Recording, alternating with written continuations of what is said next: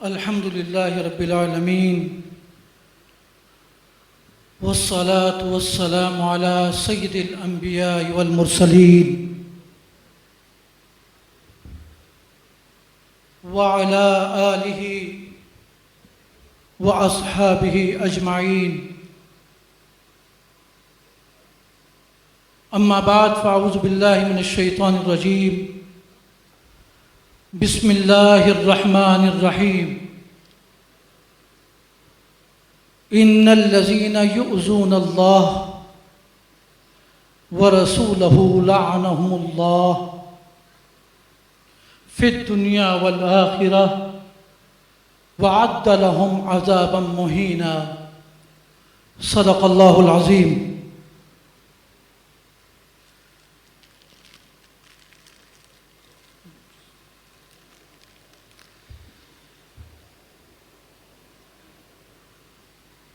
बलगल उला बिकमालिही कशफत तुजा बिजमालिही हसनत जमीओ खिसालिही सल्लु अलैहि व आलिही। जैसा कि हमारे मुरब्बी और मुशफ़िक़ इमाम व ख़तीब जामिया मस्जिद मुबारक जामिया हाज़ा ने हुक्म फरमा दिया है कि 10 से 15 मिनट के अंदर अपने बयान को ख़त्म करना है, तो मैं बिला तमहीद अपने मौजू की तरफ आता हूँ और तमाम उलमाए किराम जो मेरे साथ मौजूद हैं, चाहे वो स्टेज पर मौजूद हैं, चाहे वो स्टेज से नीचे मौजूद हैं, उन तमाम से माज़रत के साथ सामिन मोहतरम, ये अय्याम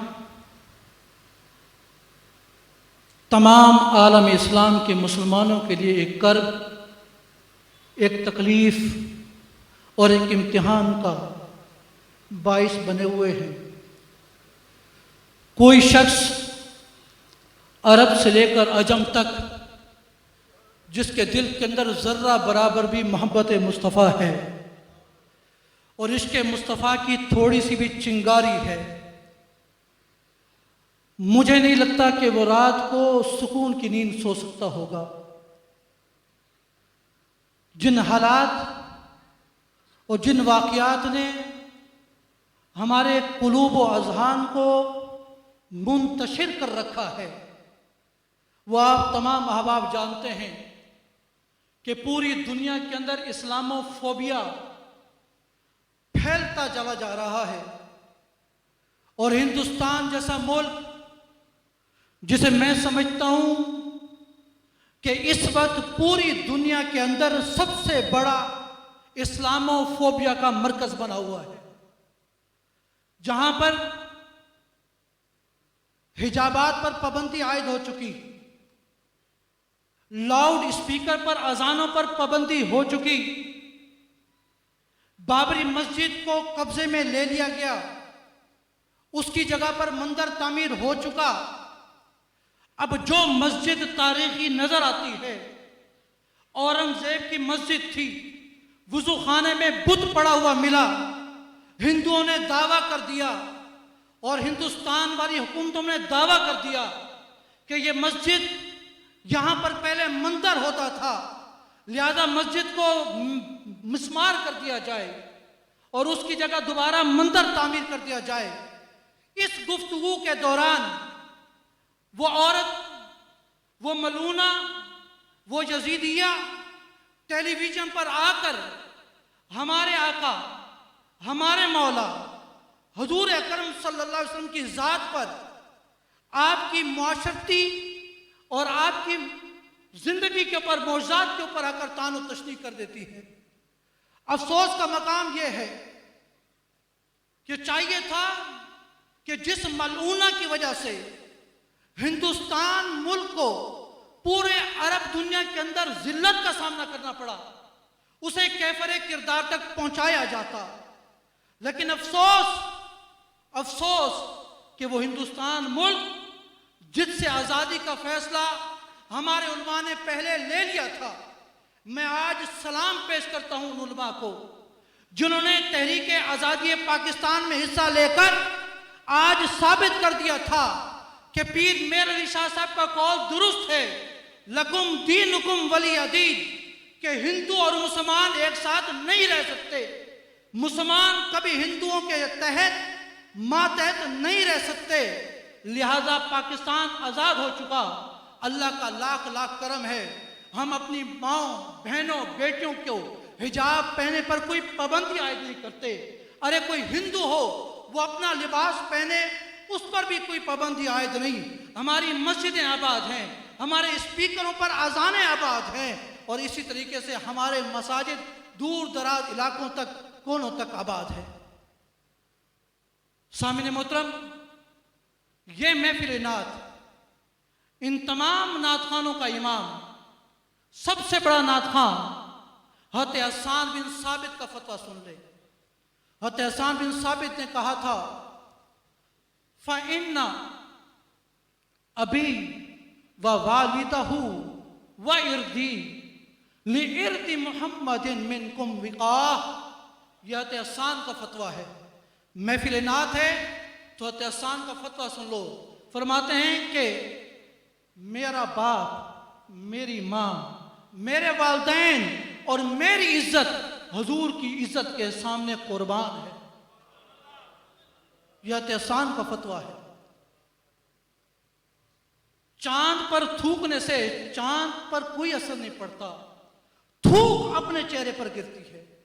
हुजूर की शान वरफ़अना लका ज़िक्रक के जरिए बुलंद हो चुकी है, अल्लाह ने बुलंद कर दी है। ये जितना थूकेंगे, जितना बकवास करेंगे, ये थूक, ये बकवास खुद इनके चेहरे पर पड़ेगी। अल्लाह ने कुरान में कह दिया है कि वो लोग जो अल्लाह और उसके रसूल को अजियत देते हैं, उनको दुनिया में भी लानत है और आखिरत में भी लानत है, और आखिरत में उनके लिए दर्दनाक अजाब है, सख्त जिल्लत वाला अजाब है। और यह हसन ने जो फरमाया, सिर्फ ये कौल नहीं है जैसे मैंने बयान कर दिया मेरा कौल है, ऐसा नहीं है। हज़रत उस्मान गनी रज़ी अल्लाह ताला अन्हु को सुलह हुदैबिया के मौके पर तवाफ करने की इजाज़त दी गई कि आप जाएं और तवाफ कर सकते हैं। बाकी सहाबा 1400 सहाबा मकाम हुदैबिया पर मौजूद है। 1400 सहाबा, सिर्फ हज़रत उस्मान गनी पहुंचे हैं हरम में। अब वहां पर जाकर उन्होंने कहा कि आप लोग नियत करके आए थे कि काबे का तवाफ करेंगे, उम्रा करेंगे, तो अब काबा का तवाफ वो तो नहीं कर सकते, मुआहदा हो चुका है कि अगले साल आके करेंगे। लेकिन उस्मान, तुम आ चुके हो, हम तुम्हें इज्जत देते हैं, तुम्हें शर्फ देते हैं, तुम जाकर काबे का तवाफ कर लो। हज़रत उस्मान ने क्या जवाब दिया? फरमाया, ये मेरे लिए इज्जत की बात नहीं, ला अतूफ भी हत्ता यतूफ भी रसूलुल्लाह। अरे मेरी इज्जत की बात करते हो, मुझे मालूम है ये काबा है, ये अल्लाह का घर है, इसमें मकाम इब्राहिम है, इसमें हजर अस्वद है, इसमें सफा और मरवा है, ये मताफ की जगह है। दुनिया शर्क से घर तक इस काबे का तवाफ करने के लिए आती है। इज्जत की बात थी, अजमत की बात थी, शर्फ की बात थी। हज़रत उस्मान गनी को इज्जत दी जा रही थी, लेकिन आपने फरमाया, हसन ने जो कौल कहा था कि मेरी इज्जतें, मेरे माँ बाप हुजूर की इज्जत पर कुर्बान। अरे ये कैसे हो सकता है कि मेरे आका व मौला, मेरा मोहम्मद, मेरा मुस्तफ़ा, वो तो हुदैबिया के मकाम पर हो और उसे तवाफ करने की इजाजत ना हो, और इधर उस्मान आका का गुलाम काबे के चक्कर खाता रहे। फरमाया, नहीं, ये मेरे लिए इज्जत की बात नहीं, जब तक मेरा आका तवाफ नहीं करेगा, उसका गुलाम उस्मान भी तवाफ नहीं करेगा। यह है इज्जत, यह है शर्फ। मौका मिला है, इतना बड़ा मौका, 6 साल हो गए थे काबे को देखते हुए, तरसते हुए, मौका मिला है, लेकिन अपनी इज्जतें हुजूर की इज्जत पर कुर्बान कर दी। नाबीना साहबी, आंखें चली गई हुजूर के विसाल के बाद। सहाबा कराम इयादत के लिए गए और कहा कि बड़ा अफसोस हुआ, तो आपकी आंखें चली गई, सब कुछ कुर्बान। उस सहाबी, उस नाबीना साहबी ने कहा मुझे कोई अफसोस नहीं। उन्होंने कहा क्यों? आंखें बहुत बड़ी नेमत है, आधी जिंदगी है, ये आंखें इतनी बड़ी नेमत हैं कि आज़ा का बाज़ उलमा इसे आज़ा का सरदार भी कहते हैं। ये आंखें चली गई, तुम्हें अफसोस क्यों नहीं?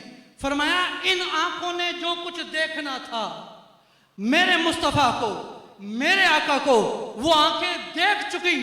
करोड़ों आंखें हों और दीदार मुस्तफ़ा ना हो, उसके मुकाबले में वो आंख जिसने ईमान के साथ दीदार मुस्तफ़ा किया हो, वो आंख उन करोड़ों आंखों से बेहतर है। कहा अगर अब मुझे हरनी की जैसी बड़ी आंखें भी मिल जाएं तो मुझे कोई खुशी नहीं होगी, क्योंकि अब उन आंखों के सामने वो नजारा नहीं है। ये जिब्रील अमीन, हुजूर ने जिब्रील अमीन से पूछा, ए जिब्रील मेरी जात से तुझे भी कोई नफा मिला है? इस जिब्रील का जवाब सुन लें। वो कहते हैं कि या रसूलल्लाह, जब से आपकी कदम बोसी की है मुझे पहले तो खौफ रहता था, पता नहीं मेरा हाल भी शैतान मरदूद की तरह ना हो जाए। वो भी बड़ा आबिद था, मुझे खौफ था, लेकिन जब से आपकी कदम बोसी की है या रसूलल्लाह, आपके सदके कुरान में अल्लाह ने फरमा दिया, जी कुव्वतिन इंदा जिल अर्शिल मकीन मुताइन सुम्मा अमीन। अरे ये जिब्राइल तो बड़ी इज्जत वाला है और आम लोगों के सामने इज्जत वाला नहीं।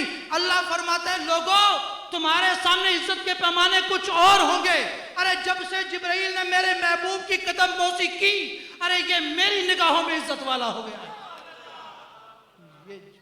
और फिर फरमाया मुताइन, और इसको दर्जा क्या मिला? तमाम जिब्राइल अमीन के तमाम फरिश्ते उस जिब्रील अमीन का कहना मानने वाले हैं। सुम्मा अमीन, और यह बड़ा अमानतदार है। ऐसी तारीफ मिली हुजूर की खिदमत की वजह से। सामिन मोहतरम, आखिरी बात, मौजू बहुत लंबा था, मैं 2 आयतें पढ़कर आपके सामने मौजू खत्म करता हूं।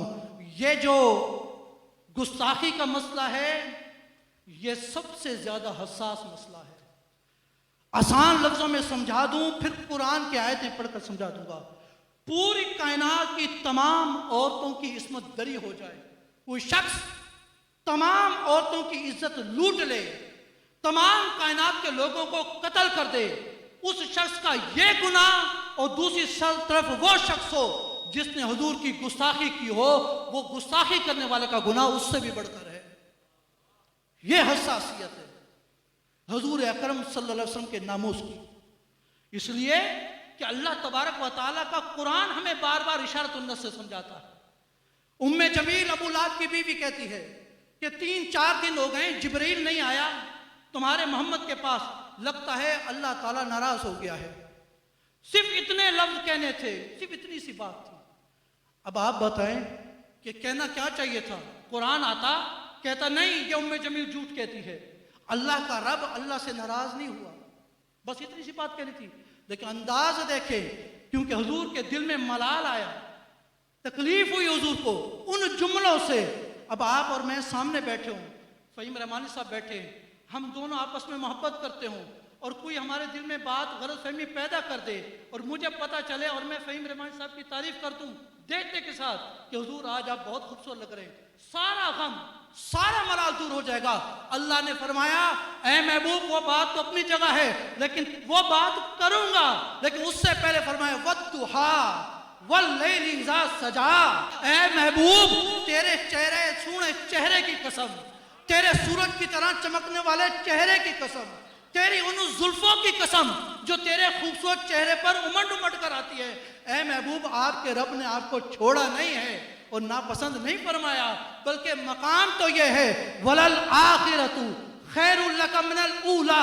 ये उम्मे जमील झूठ कहती है, अरे हर रोज तेरी मोहब्बत मेरे से बढ़ती जा रही है, मेरी मोहब्बत तुझसे बढ़ती जा रही है, और मकाम यह है कि हर गुजरा हुआ दिन और आने वाला दिन पहले दिन से मुझसे ज्यादा कुर्ब मिलता जा रहा है।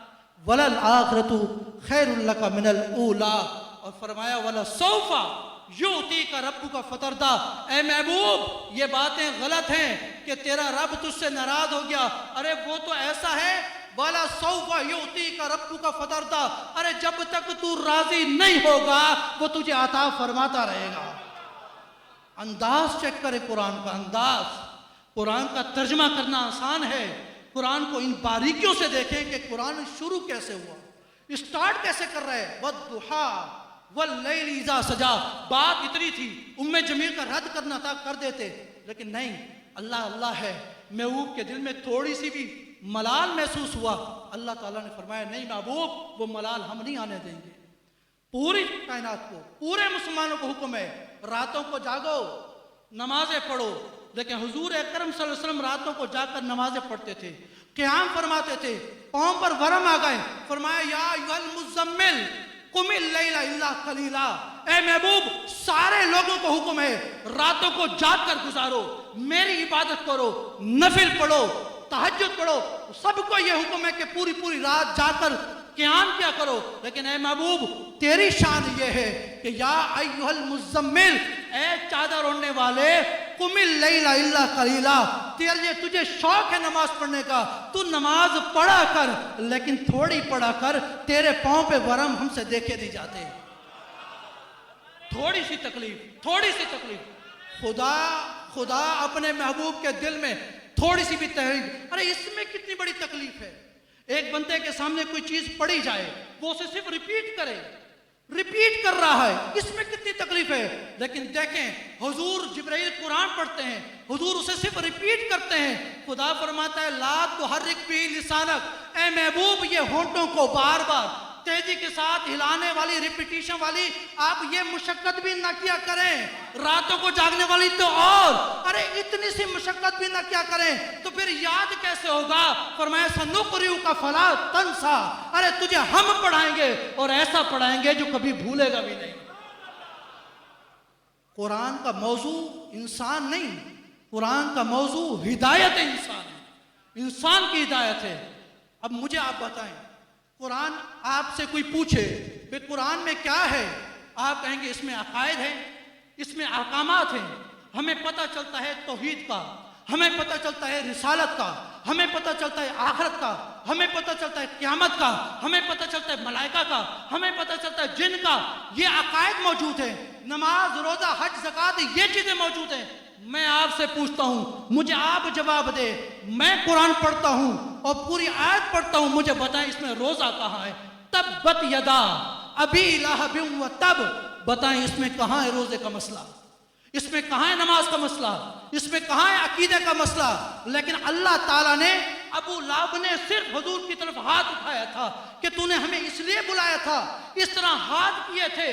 अल्लाह को यह अदा अबू लाहब की इतनी नागवार गुजरी, कहा होगा तू चाचा मेरे मुस्तफ़ा का, मेरे महबूब का, लेकिन तूने हाथ क्यों ऐसे उठाए कि मेरे महबूब को तकलीफ उठी है। फरमाया तब्बत यदा अबी लहबिन व तब, ए महबूब, तेरी तरफ जो नाजेबा तरीके से, गुस्ताखाना अंदाज से सिर्फ हाथ भी उठ जाए, हाथ उठने का मतलब इशारा है, सिर्फ इशारा भी कर दे तो मैं कहता हूं खुद खुदा होकर तब्बत यदा अबी लहबिन व तब, ए अबू लहब तेरे दोनों हाथ टूट जाएं। ये है मौजू। लोग कहते हैं नामूस रिसालत का मौजू क्या है, कमरों में बैठकर 100 बातें कर लेते हैं। अरे उन्हें पता होना चाहिए कि हम तो हुजूर के उम्मती हैं, हम पर तो हुजूर के एहसानात हैं। अरे वो तो खुदा है, वो खुदा होकर अपने महबूब के थोड़े से मलाल को बर्दाश्त नहीं करता, थोड़ी सी तकलीफ को बर्दाश्त नहीं करता, और फिर हम जैसे उम्मती सुकून की नींद कर सकें, ऐसा कैसे हो सकता है। सामने मोहतरम, इसीलिए इमाम मालिक ने कहा था, इमाम मालिक से हारून रशीद ने कहा कि इराक ने, अहले इराक ने फतवा दिया है कि जो हुजूर की गुस्ताखी करेगा उसे कोड़ों की सजा मिलेगी। इमाम मालिक कहते हैं ये कैसा फतवा है। इमाम मालिक हारून रशीद को कहते हैं, वो कहते हैं हारून रशीद ये कैसा फतवा दे दिया। कहा सहाबा की कोई गुस्ताखी करे उसको भी कोड़े की सजा, जो हुजूर की गुस्ताखी करे उसको भी कोड़े की सजा, ये बराबरी कैसे हो गई। खल्क से औलिया, औलिया से रसूल, और रसूलों से आला हमारा नबी, ये बराबरी कैसे हो गई। फरमाया खबरदार, जो मेरे सहाबा की गुस्ताखी करे उसे तो कोड़ों की सजा है, और जो मुस्तफ़ा की गुस्ताखी करे उसे इस दुनिया में जीने का हक ही नहीं। तो फरमाया ऐसा नहीं है, माँ बकाउल उम्मती बादा शतमी नबी, ए आराम से अपने घरों में बैठने वालों, अगर कहीं हुजूर की गुस्ताखी हो जाए तो माँ बकाउल उम्मती बादा शतमी नबी इमाम मालिक, और इमाम मालिक हो, इमाम आजम अबू हनीफा हो, इमाम शाफी हो या इमाम अहमद बिन हंबल, ये चारों आइमा कुरान और हदीस के तर्जुमान है। इन्होंने कुरान और हदीस से मसले अखज़ किए, ऐसा नहीं कि अपनी राय दे दी, अखज़ किए मसले। वो इमाम मालिक कहते हैं कि अगर हुजूर की गुस्ताखी कहीं हो तो उम्मत को हक ही नहीं कि वो चैन के साथ बैठे, बल्कि फरमाया नहीं, चैन के साथ नहीं, उसे जीने का हक भी चला जाता है। मैं गाजी आलमुद्दीन, जिसे इल्मुद्दीन कहते हैं, मैं उसके साथ हूं। मैं अपना मौक़िफ़ बता रहा हूं, गाजी आमिर चीमा के साथ हूं, मैं गाजी अब्दुल क़य्यूम के साथ हूं, मैं गाजी सिद्दीक मोहम्मद सिद्दीक शहीद के साथ हूं, मैं गाजी मुमताज़ काजी के साथ हूं, और इन लोगों के पैर चूमने को सादत समझता हूं, इसलिए कि शायद आपके सामने से वो हदीस नहीं गुजरी जो मुस्नद इमाम अहमद बिन हंबल के है। ये मावराए अदालत इसलिए कत्ल होते हैं जब हुकूमतें फैसला खराब करने लग जाएं, और ये आज से नहीं है। सन 336 हिजरी के अंदर खलीफा मंसूर अल बातनी के दौर के अंदर एक काजी थे, बड़े प्यारे, मोहम्मद बिन अबुल मंजूर उनका नाम था। वो काजी थे, उनके सामने फैसला आया, यहूदियों ने गुस्ताखी की, उन्होंने फैसला, काजी था, फैसला सुनाने से पहले अपनी मंजिल से उठकर उस यहूदी को मार दिया। पूछा, हजरत आप तो काजी थे, आप लिख देते सजाए मौत। उन्होंने कहा मैं लिख देता सजाए मौत, लेकिन मसला यह है कि मुझे अपने खलीफा मंसूर अल बातनी पर यह एतमाद नहीं था। अगर उस पर एतमाद होता तो फैसला लिख देता। मुझे शक था मैं सजाए मौत दूंगा, वो काजी, वो खलीफा, उसे इख्तियार हासिल है, वो इस सजाए मौत को खत्म कर देगा, इसलिए मैंने मावराए अदालत जाकर खुद कत्ल किया है। यह है। और हुजूर अकरम सल्लल्लाहु अलैहि वसल्लम ने क्या इनाम दिया? हुजूर अकरम सल्लल्लाहु अलैहि वसल्लम ने हज़रत अब्दुल्लाह बिन उनैस रज़ियल्लाहु ताला अन्हु को फरमाया कि एक शख्स है, वो मेरी गुस्ताखी करता है, उसे जाकर कत्ल कर दो। हज़रत अब्दुल्लाह इब्न उनैस ने जाकर कत्ल कर दिया। जब कत्ल कर दिया तो हुजूर के पास आए, हुजूर अकरम सल्लल्लाहु अलैहि वसल्लम ने उसे आसा दे दिया। वो आसा लेकर चले गए, ये मुस्नद इमाम अहमद बिन हंबल की हदीस। आसा लेकर चले गए तो साहबा ने कहा कि पता तो करते हुजूर ने आसा किस लिए दिया है। वो दोबारा चले गए कि या रसूल अल्लाह ये आसा क्यों दिया है। अब हुजूर का फरमान सुने, फरमाया कि आयतुम बैनी व बैनका यौमल क़ियामा, ऐ अब्दुल्लाह बिन उनैस, ये आसा मेरी और तेरे दरमियान निशानी है। क़यामत का दिन होगा, हिसाब व किताब शुरू होगा, पता नहीं तेरे साथ क्या हो, कुछ हो, लेकिन तू आसा लेकर मेरे पास आएगा, मुझे याद आ जाएगा ये उनैस इब्न उनैस वही है जिसने मेरे गुस्ताख को कत्ल किया था। अरे फिर मैं जानूं, मेरा खुदा जाने, फिर जन्नत के लिए तुझे पहुंचाना मेरा काम है, ये तेरे और मेरे दरमियान निशानी है। वो आगे हदीस के अल्फाज शाहीन रखते हैं, वो कहते हैं फलम तजलू माहू हत्ता मात। हज़रत अब्दुल्लाह बिन उनैस ने वो आसार सारी जिंदगी अपने पास रखा, और जब फौत हो गए तो फिर लोगों ने कहा फ़उमिरा बिहा, बस लोगों ने हुक्म दिया फ़दुम्मत फी कफ़निही, बस उस असा को हज़रत अब्दुल्लाह बिन उनैस के साथ रख दिया गया। ये मामला है। अल्लाह तबारक व तआला सुल्तान सलाहुद्दीन जैसे हुक्मरान अता फरमाए, जिन्होंने मर गए, वो बहुत ज़्यादा बीमार हो गए और डॉक्टरों ने, तबीबों ने कह दिया था कि शायद आपके आखिरी वक्त आ गए।